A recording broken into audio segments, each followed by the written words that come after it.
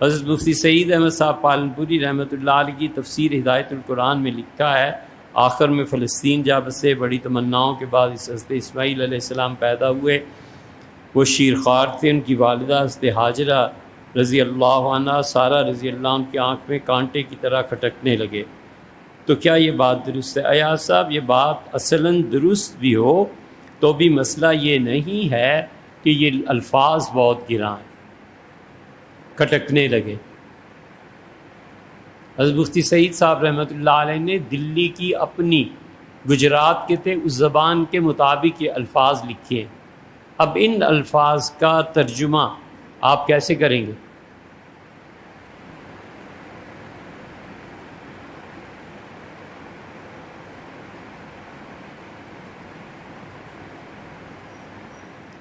اب ان الفاظ کا ترجمہ جو آپ کر رہے ہیں کہ کانٹے کی طرح کھٹکنے لگے، سارہ کی نظر میں سارہ حضرت ابراہیم علیہ السلام کی اہلیہ تھیں، اس منصب اور مقام اور اتنی مومنہ ہو کے یہ کیا ہوا؟ یہ ہے اصل اعتراض، ولیعوذ باللہ۔ اور بات یہ ہے کہ ہر آدمی کبھی کبھی اپنی زبان کے حساب سے بولتا ہے۔ مثلاً آج سے 200 سال پہلے کی زبان دیکھ لیں، ہر جگہ یہی بولا جاتا تھا کہ تلنگا آیا، تلنگے نے یہ کہا، ارے میرا یار تو تلنگا ہے۔ تلنگے کا مطلب تھا سپاہی۔ اس وقت تلنگے کی بڑی شان ہوتی تھی، تلنگے سے لوگ ڈرتے تھے، خیر اب بھی تلنگوں سے ڈرتے ہیں۔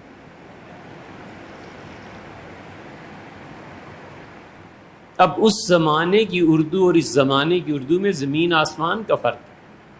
یاد رکھو، لکھنے میں بھی ایسے ہو جاتا ہے، بولنے میں بھی ایسے ہو جاتا ہے۔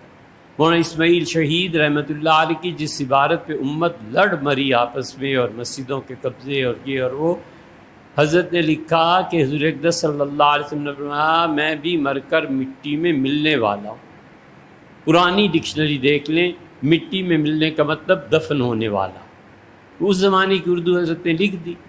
وہ کہتے ہیں کہ اب یہ مٹی میں ملنے والا حضور اقدس صلی اللہ علیہ وسلم کو ولیعوذ باللہ، ولیعوذ باللہ، مولوی اسماعیل نے مٹی میں ملا دیا، توہین کر دی۔ یار وہ اس زمانے کی اردو تھی۔